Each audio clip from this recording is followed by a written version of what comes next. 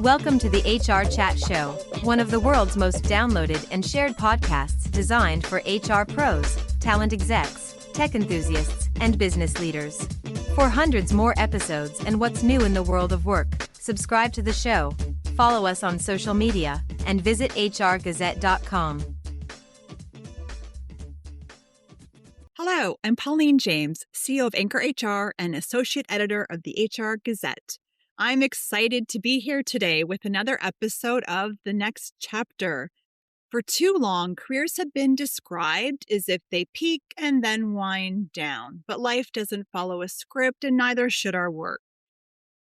It's my pleasure to introduce Dr. Ben Zweig, the founder and CEO of Revelio Labs and adjunct professor at NYU Stern School of Business. Ben is an economist and a data scientist whose work sits at the intersection of labor economics, technology, and analytics. Through Revelio Labs, he leads a mission to help organizations and society more broadly better understand the dynamics of the workforce by transforming labor market data into powerful insights. In addition to his role as a founder, Ben is deeply passionate about education and mentorship. At NYU Stern, he teaches and inspires the next generation of data enthusiasts and business leaders, empowering them with the analytical tools to solve real-world problems. Ben, you've spent your career studying how the labor market is changing. From your vantage point, what stands out right now about how career paths are evolving, particularly in the later stages? Yeah, first of all, thank you for having me and for such a wonderful and nice intro. Thank you. What stands out now? We're in a tough labor market, especially for younger workers. I think there's this anticipation of how AI might affect work that is not like AI is being adopted that quickly at large organizations, especially, but they're still pulling back in anticipation of these roles changing. And I think that disproportionately affects young workers, because young workers are really a more uncertain bet. They're a more high variance bet for organizations, whereas older, more experienced workers are kind of safer. I kind of know what you're getting. There's a faster time to ramp up. So the good news for older workers is that the impact on AI is very small on that demographic, if at all. There was a study that we did at Revelio Labs, also a study done by Stanford economist Eric Brynjolfsson and his co-authors on the effect of sort of AI exposure on labor demand, on job posting volume. Big reduction in demand for highly exposed roles of entry-level workers, and basically nothing for highly exposed roles for experienced workers. That's part of the good news. I wouldn't be too comfortable just yet, because I think, like I mentioned before, what we're seeing right now is anticipatory. Companies are anticipating how AI might affect their work processes and the composition of work in their organizations. But that's different from how AI adoption will actually manifest in an organization when adoption increases. So I think for older workers, it's more about choosing the organization, choosing the subgroup in the organization, such that they are in more adaptable roles. I want to introduce this concept of adaptable versus procedural. There are some organizations that are super procedural, where someone gets hired to be a specialist in very specific subtasks. Someone on the proverbial assembly line, just doing the same thing day in, day out. And we know that technology generally, and AI especially, doesn't automate jobs wholesale. It automates components of jobs. It automates tasks. And how do we respond to that? We introduce new tasks. We find new things to do. We adapt. And if you're in a role where you're very specialized in something very narrow, it's hard to adapt. It is possible that AI can displace your tasks faster than you can introduce new ones. But if you are in more of an adaptable organization where work reconfigures all the time, then the effect of technology is actually not that big. I'll give you an example from my own company. We're like 70 people, data scientists, economists, and we're small and scrappy. So every day there's a new request from a client. There's a new initiative that goes on. Someone might leave their job or be out sick or on leave, or someone's not interested in doing this thing anymore. There's so many things that happen just every day, which requires us to kind of go back to the drawing board and say, okay, who's got the bandwidth to take this on? How should we kind of reconfigure who does what? And we're constantly reconfiguring the work that people do in their jobs. And that has nothing to do with technology. So if technology affects that in like a slow and secular way, that's actually just not a big deal for us. We're so used to adapting to the changing needs of an organization. What I would advise existing workers, experienced workers, is try to do more job crafting. Try to reconfigure your work, do things a little differently, kind of on the margins, just experimenting with it, see if your organization is open to it. And if they're not, I'd be nervous. I'd be looking to take more control over your career, maybe change jobs, maybe change groups within the company and associate yourself with leaders who are less top down. This is what you do, and who are more partners in thinking about how work should get done.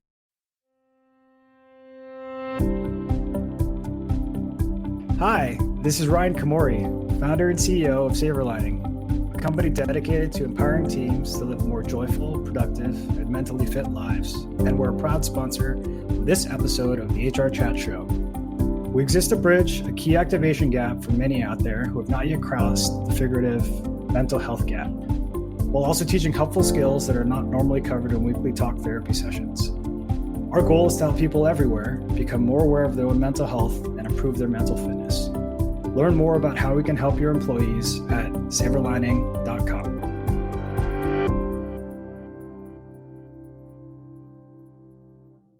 Thank you. It's interesting advice to consider both personally, how we approach our development, our role, how we assess an organization and the development they're going to be able to offer us in the short term, but also the likelihood that our role or organization are going to continue to thrive in the longer term, and that pressure test, because we know that roles will need to evolve. Certain tasks will become automated. So all the better if we lean in both for our learning and to pressure test our organization. Yeah, for sure. It's beyond just a risk management approach where you can save yourself from potential automation. It's also going to make for a more interesting job. I think that jobs that can't transform are worse jobs. They have lower employee satisfaction, higher rates of attrition, and it feels micromanagey, and nobody really likes it. And I think in general, there should be more pressure for organizations to make jobs more dynamic. I think it helps them be more resilient. And it's good if workers kind of vote with their feet. Very good. And I'll note too that it will be a struggle for those who like to do the same thing in the same way when we look at change that will be forthcoming with what can be automated. I think that's right. I don't know how sympathetic I am. If you do like to do the same thing the same way every day, then that's kind of what computers are good at. So I would say play to the strengths of humans. We're adaptive. We're very resilient, and we should be doing what we're naturally good at, rather than specializing in what computers are naturally good at. That's great. Thank you. And I'll note as we look at later stages of the career, there's been traditionally, stereotypically, a lot of false assumptions around those of us further along in our career, whether we're resistant to change, when the reality is most of us in our generation have designed the change that we see forthcoming, and people can be rigid at any point of their life based on their personality, and also appreciate the call about how we need to lean into the flexibility that makes us uniquely human as well. Many traditional career models still carry an outdated narrative of decline at a certain point in our career, and it's far too early for my liking. I'd love to hear from you what the data is telling us about how this story is changing or how it needs to change. Yeah, it's a really interesting question. I mean, we do see that earnings do kind of drop after some peak when you're in prime earning status. I think there's a mixed story there. One part of that, and this is a little bit of conjecture, some of it is less about how much we're making in a certain job and more about just career choices and prioritizing flexibility. So when someone's more senior in their career, maybe they want to take off and spend more time with family and work on side projects or get more engaged with their community. There's more financial flexibility to do that. And that's just a choice that people make, which I think is great. That's good for them, and they should be able to do that. So I think the average decline is not so much of a concern because it includes a lot of just labor force participation choices. There is also a phenomenon that we call the loyalty tax, where people do make more money when they move jobs. When people are younger, there's more incentive for them to move their jobs. There's this model in operations research and math called the one-armed bandit problem. Basically goes like this. Let's say you go into a casino and it's got a bunch of slot machines, and each slot machine has a different payoff. and you're in there for some fixed interval of time. What do you do? And basically the answer is that you spend a chunk of your time exploring and trying out different things, gathering data on the payoffs, and then the rest of your time you spend exploiting. So where you basically play the machines that have the best payoff. And that shows up in life all the time. In some fixed interval of someone's career or where someone lives and trying out restaurants or whatever it is, the optimal strategy is to explore early on, gather information, develop, and optimal strategy as you're further on is to exploit what you like and just keep doing the comfortable thing. There's some comfort there. We have a lot of information on what works for us, but I think that does carry some risk because you don't get to carry experiences from other firms, and taking on that kind of discomfort of hopping around has a financial advantage. So I don't know if it's necessarily the wrong strategy to be staying put, but it's got some financial penalty to it. I think it's worth being clear-eyed. That is a choice, and we are facing a trade-off. Thank you. What are you seeing in the data about how people in their 50s and 60s are navigating their careers? Those in their 50s who may feel their development has slowed, those in their 60s who may start to feel like they're being nudged towards the sidelines. There's a few things going on. I mean, when we saw this in previous decades of people who were older kind of being more sidelined, pressured to retire, I think there were a few things going on. One is that they were paid more, and for some amount of output, they were just more expensive. So even though it's technically illegal to discriminate based on age, I think it would be naive to assume that it doesn't happen. But then there's also, I think there was a big effect of an advantage to being technologically native. So I think now we're in a different paradigm because digital tools 10, 20 years ago had a steep learning curve. Digital tools now are so easy to learn. Generative AI is just writing text. That is something everyone can do. Everyone can do well. So I don't think there's a technological disadvantage. I would almost argue that they're at a technological advantage. I mentioned earlier this issue of coordination versus execution. So I want to go deep into that. You can think of jobs as bundles of tasks. You do a collection of things. But as a worker, you're not just hired to execute on tasks. You're also hired to coordinate between those tasks. You're also deciding what comes first, what comes second, what does it interact with, who needs to be in the loop. And you're playing the role of an orchestrator, not just among yourself, but also among others. I think as generative AI becomes more powerful, it will become more powerful in delivering on tasks, in executing things that humans were traditionally better at.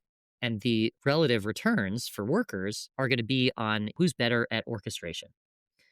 And so I think that typically is older, more experienced workers. They are very often connectors in the organization. They're used to managing teams. And I could see a world where even entry-level workers kind of become middle managers in a way because they're managing AI systems and vendors and stuff like that all kind of have to fit together. I think that skill is more prevalent among older workers. I think that's part of the story of why we're seeing younger workers being affected more than older workers by AI. I'm a little bit more optimistic in this latest wave of technology for older workers. Thank you. From your research, what factors most influence the decisions that people are making at later stages, whether it's to stay, shift roles, reinvent themselves? It's a good question. I looked at this years ago using things like Glassdoor reviews to look at how much people value different facets of their job by generation, by age. I don't have the latest numbers on hand, but I remember more of a priority for work-life balance. And there's more of a priority for business outlook and management, sort of approval of management. Whereas younger workers were understandably more sensitive to promotion and pay and technology and things like that. I think that makes intuitive sense that as people get more senior, they're more engaged with the business strategy. They're more engaged with management. They have the ability to judge these things. If they're headed in the wrong direction, that's probably quite a bit more frustrating for someone who knows the deal. Thank you. How are employers responding to the shifts? We're seeing research that people are staying in the workforce longer, even when there's sometimes societal or organizational cues to shift gears. I think it's a little hard to disentangle what is a secular trend over the span of decades and what's something that we're seeing in this short-term economic cycle. But one pattern that we're seeing that I think is attributable to the short-term economic cycle is that employers are much more conservative than they've been. We are in a very risk-off environment, and that could be uncertainty about technology. Everyone knows that generative AI is very cool, demos well, is probably going to change work processes, but we don't know how. And there's a lot of policy uncertainty. Tariffs are up and down. Immigration restrictions are all over the place. There's a lot of change happening. Aside from just the technology of AI companies are getting a lot of investment. All the kind of risk capital is going to AI companies. The financing environment is becoming much more risk off. Private equity firms are focused a lot more on profitability than on growth. And that tends to create incentives for companies to focus on the short term. And I think that benefits older workers.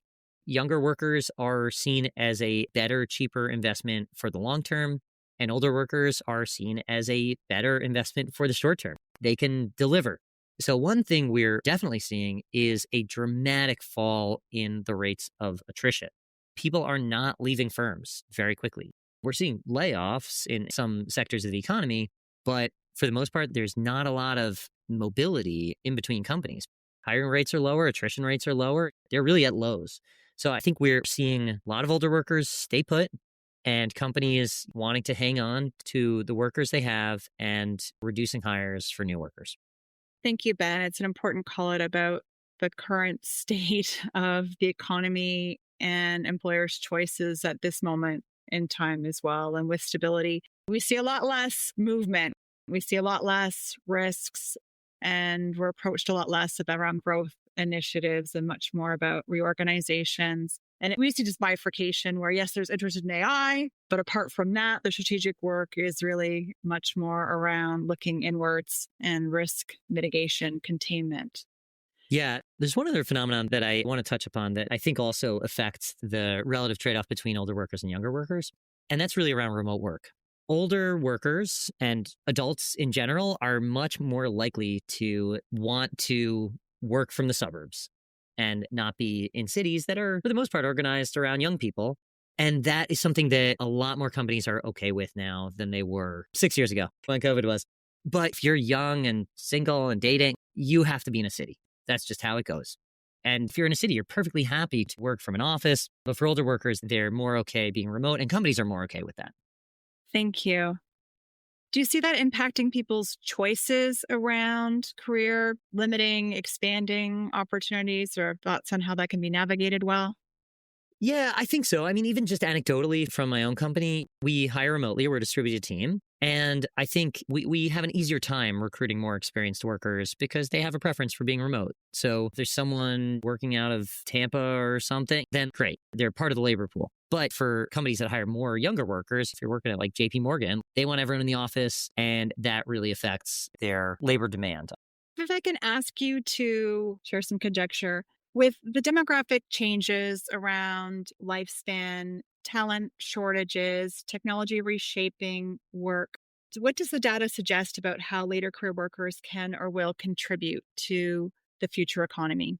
I think it depends on so many things. So one big question is, what is happening to people's wealth? If retirement accounts are doing well, then people can retire earlier. Another big factor is health, of course. People are getting healthier over time. Life expectancy is increasing. Now with this recent wave of like obesity drugs, that's affecting things too.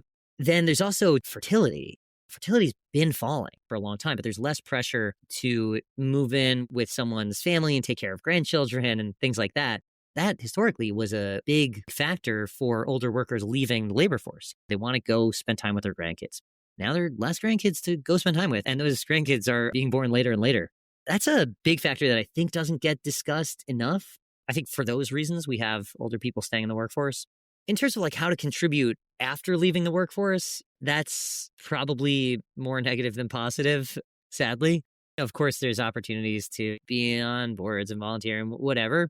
But for the most part, when people leave the workforce, they're less likely to be contributing to society through informal channels. As we think about the next decade of work, What gives you optimism about how data and insight can help redefine what the later stages of someone's career really means? The concept of older workers holding up opportunities for younger workers is absolutely crazy. I mean, this is also a concept that gets thrown around when people talk about immigration. The narrative is based on this assumption there's some finite number of jobs and there's some finite number of slots that someone could take. And, when someone takes a job, they're crowding out opportunity for someone new to take that job. And that's something that in economics we call the lump of labor fallacy, that there's just some labor demand that's just given from the heavens. And that's really not right. I mean, people, workers, any people are both on the supply of labor side. Of course, they supply labor, but they also demand labor. I'm hiring people all the time, trying to increase the demand for workers. I know you guys hire people too, or have been involved in that. Someone skilled person in the workforce is more likely to be creating new opportunities than to be taking opportunities from someone else. That's a complete fallacy in that I think people just don't understand the economics of labor that well. In terms of how this is changing, whether there will be pressure for retirement ages to increase and people to spend more time in the workforce as they age, I'm a little bit more mixed on it. I mean, I think all the pressures that we thought of over the course of this conversation point to there being probably increasing value to experience and age relative to where we were even 5 years ago. So I think that's making me feel more optimistic. The thing that makes me feel more pessimistic about it is that there's a lot of political friction to actually formally changing retirement ages. And I could see that not changing because it's hard to change things like that. I wouldn't hold my breath for major policy change. I'm hopeful that as employers use informed data around their own workforce, hopefully increase the amount of conversations they're having, that they rely less on assumptions about what somebody's interests are based on their known age, and that we become much more adaptable within organizations. I hope so. Ben, I understand you have a book launching. Congratulations. That's very exciting. What can you share with us? Yeah, it's called Job Architecture. The subtitle is Building a Language for Workforce Intelligence. The book is really about taxonomies. It's about how we categorize people into jobs and how we categorize people into skill groups and work activities. So it's really creating structure around what people do and how they do it. Being in people analytics for so many years, you start to realize that the success and failure of projects is really driven by what is your unit of analysis. Ultimately, you're analyzing groups of people, and the way people are grouped is based on very outdated, manually created structures that are just a total mess. I think bringing clarity to that is really necessary for any part of analytical HR. It's foundational. Another way of thinking about it is that, sometimes I like to compare labor markets to capital markets. In economics, we talk about economic output being a function of two things, labor and capital. Roughly 2/3 of economic output is attributable to labor, 1/3 to capital. Labor markets are twice as big as capital markets, but there is a whole science of allocating capital, and that's finance. And there are so many foundational pieces to make that work well. We have millions and millions of people whose job it is to categorize information for the purposes of financial analysis. They're called accountants. And we don't have millions of people who categorize labor market information, but it really needs to be done. That's the building blocks of all analysis. In the book, I try to outline why it's really important, how to think about what are jobs, what are skills, what are work activities, how do they all fit together? How do we even have the right framework to think about the right job architecture? And then how do we do it? We can't hire armies of analysts. So how do we do it using the technology that exists today? How do we use LLMs to create similarities between groups of people, how to cluster them, how to label them? It's actually not that hard with today's technology. And then finally, it's about why it matters and kind of a vision for the society we could have if labor markets are as efficient and scientific as capital markets. Thank you. Well, I'm looking forward to enjoying your book, to learning from your work. And immediately I'm like, oh, can we upload that to our LLM, right? Apply what's in your brain and what you've kindly shared with the world. Yeah, hey, go for it. Ben, thank you for your time and your insights. What's the best way for someone to follow your and Revelio Labs work? Yeah, thank you. LinkedIn, very active on LinkedIn. I post insights about the labor market all the time, every week. That's probably the biggest. I got a book out in January, so check that out. It's called Job Architecture, Building a Language for Workforce Intelligence. Those are the two that kind of come to mind. Be in touch, connect, follow, all that. Thank you. I'm grateful to you. Appreciate your time. I know you're very busy, so I'm grateful for you making the time for this. Yeah, likewise. I hope you found this conversation with Dr. Ben Zweig thought-provoking with his insights on both the labor market and how work is organized. I'd love to hear what stood out for you in today's episode. Anything that surprised you or shifted or even validated your thinking. I'm Pauline James, and this is The Next Chapter. Connect with me on LinkedIn or through our Anchor HR community. Your reflections are always welcome. Thanks so much for listening, and I hope you'll join me next time as we continue exploring what the next chapter of work and life can look like.